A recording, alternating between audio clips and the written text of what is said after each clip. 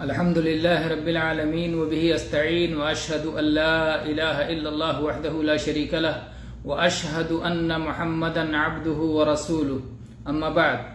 گرامی قدر مشاہدین، آج انشاءاللہ ہم حج کے مسائل میں سے اس موضوع پر بات کریں گے کہ اگر کوئی شخص میقات سے آگے بڑھ گیا، اس کا حج یا عمرہ کا ارادہ نہیں تھا، لیکن جب آگے پہنچ گیا تو اس کا ارادہ بن گیا، اب وہ چاہتا ہے کہ حج کر لے یا عمرہ کر لے، تو اس کا حکم کیا ہے؟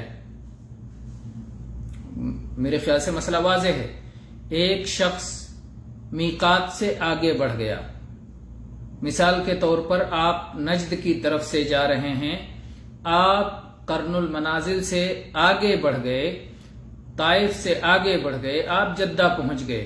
جدہ اپنے کسی دوست سے ملاقات کرنے کے لیے گئے تھے، آپ کا ارادہ یہ تھا کہ جدہ جائیں گے، وہاں سے ملاقات کریں گے، واپس ریاض آ جائیں گے. لیکن جب آپ جدہ پہنچ گئے، آپ کی ملاقات ہو گئی، اس کے بعد آپ کا ارادہ بنا کہ چلو عمرہ کر لیتے ہیں. ایسی صورت میں آپ کیا کریں گے؟ کیا آپ کو دوبارہ اہل نجد کے میقات پر واپس ہونا ہوگا اور وہاں سے احرام باندھنا ہوگا، یا میقات پار کر جانے کے بعد جہاں پر آپ کا ارادہ بنا ہے وہاں سے آپ عمرہ یا حج کی نیت کریں گے؟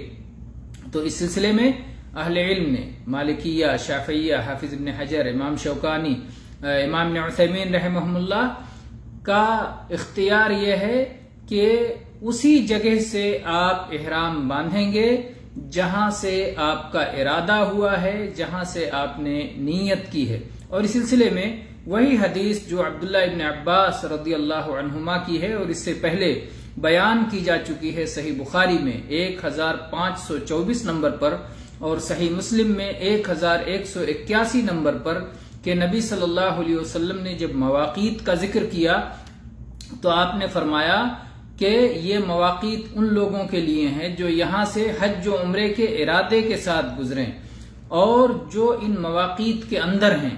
وَمَنْ كَانَ دُونَ ذَلِكَ فَمِنْ حَيْثُ أَنْشَأَ، جو لوگ ان میقات کے اندر ہیں وہ جہاں سے حج یا عمرہ شروع کریں وہیں سے انہیں احرام باندھنا ہے. حَتَّى أَهْلُ مَكَّةَ مِن مکہ، یہاں تک کہ مکہ کے لوگ مکہ ہی سے احرام باندھیں گے. تو اس شخص نے میقات کے اندر نیت کی ہے، اس لیے اس کا میقات وہی ہوگا جہاں اس نے نیت کی ہے. اس سلسلے میں عبداللہ ابن عمر رضی اللہ عنہما کا ایک اثر بھی موجود ہے کہ انہوں نے احرم من الفرع، مقام فرع سے انہوں نے احرام باندھا. عبداللہ ابن عمر رضی اللہ عنہما نے مقام فروع سے احرام باندھا. فروع یہ ذوالحلیفہ جو مدینہ والوں کا میقات ہے اور مکہ کے درمیان ایک مقام ہے.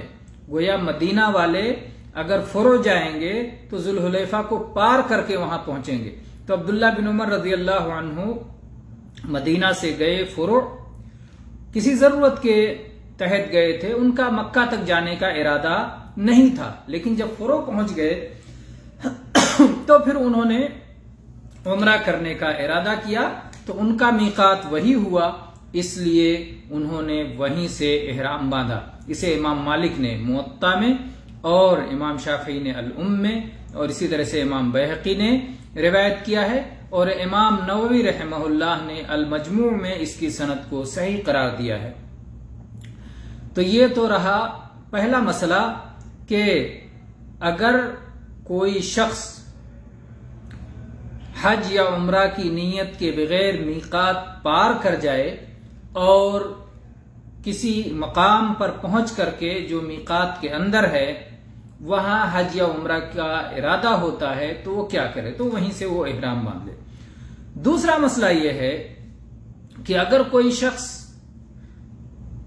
مکہ جا رہا ہے یا میقات اور مکہ کے درمیان کسی جگہ کے لیے جا رہا ہے اور اس کا حج یا عمرہ کا ارادہ نہیں ہے، تو کیا میقات سے گزرتے ہوئے اس پر احرام باندھنا ضروری ہے یا بلا احرام کے وہ میقات سے گزر سکتا ہے؟ تو ظاہر بات ہے کہ اس کا جواب یہ ہے کہ جو شخص میقات سے گزرے اور اس کا حج یا عمرہ کا ارادہ نہیں ہے تو اس کے اوپر احرام باندھنا ضروری نہیں ہے، کیونکہ نبی کریم صلی اللہ علیہ وسلم کی حدیث آپ بار بار سنتے رہے ہیں۔ آپ نے جب میقات کا بیان فرمایا تو آپ نے کہا فَهُنَّ لَهُنَّ وَلِمَنْ أَتَى عَلَيْهِنَّ مِنْ غَيْرِ أَهْلِهِنَّ لِمَنْ كَانَ يُرِيدُ الْحَجَّ وَالْعُمْرَةَ، یہ میقات ان لوگوں کے لیے ہے جن کا نام لیا گیا، جیسے آپ نے کہا کہ ذوالحلیفہ لأہل المدینہ، ذوالحلیفہ مدینہ والوں کا میقات ہے، تو ذوالحلیفہ مدینہ والوں کا میقات ہے، اور مدینہ والوں کے علاوہ جو لوگ اس راستے سے گزرے ان کا بھی میقات ہے۔ لمن کان یرید الحج والعمرہ، جس کا حج یا عمرے کا ارادہ ہو۔ اگر حج یا عمرہ کا ارادہ نہیں ہے تو ظاہر ہے کہ یہ ان کے لیے میقات نہیں ہے، وہ احرام کے بغیر میقات کو پار کر سکتے ہیں، میقات سے آگے جا سکتے ہیں، تو ان پر میقات ضروری نہیں ہے۔ تو یہ ایک رہ گئی، یہ پہلی دلیل ہو گئی۔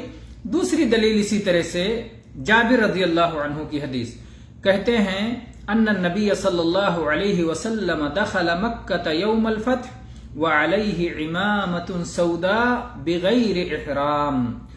یہ صحیح مسلم کی حدیث ہے 3375 نمبر پر کہ نبی صلی اللہ علیہ وسلم فتح مکہ کے موقع پر مکہ میں داخل ہوئے اور آپ سیاہ پگڑی پہنے ہوئے تھے، کالی کملی اوڑھے ہوئے تھے، کالی پگڑی باندھے ہوئے تھے، احرام کی حالت میں نہیں تھے۔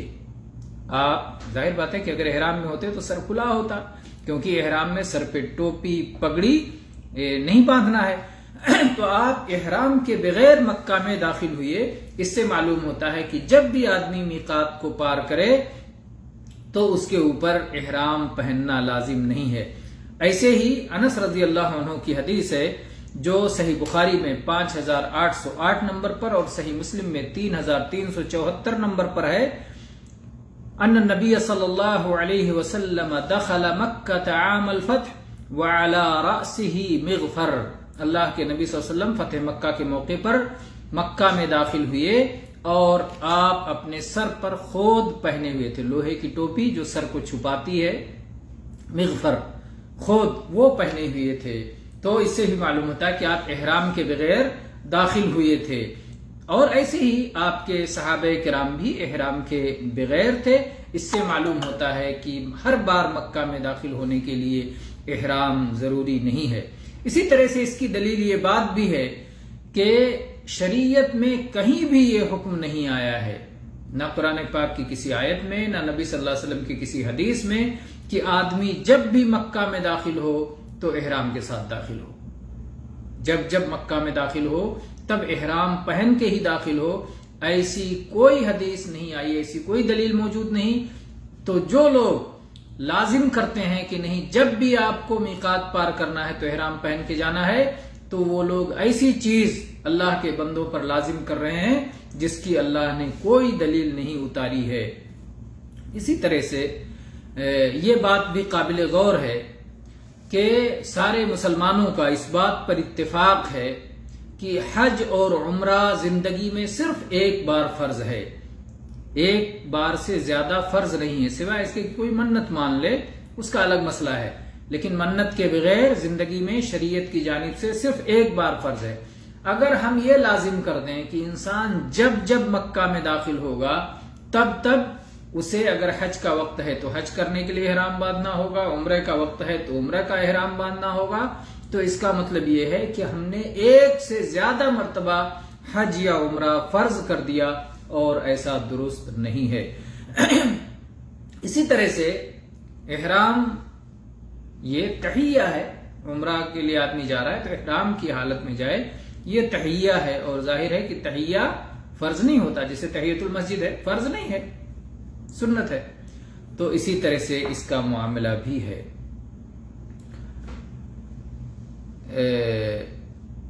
آج کے لیے اتنا کافی ہے۔ واللہ تعالی اعلم، وصلی اللہ علی نبینا وسلم، والحمد للہ رب العالمین۔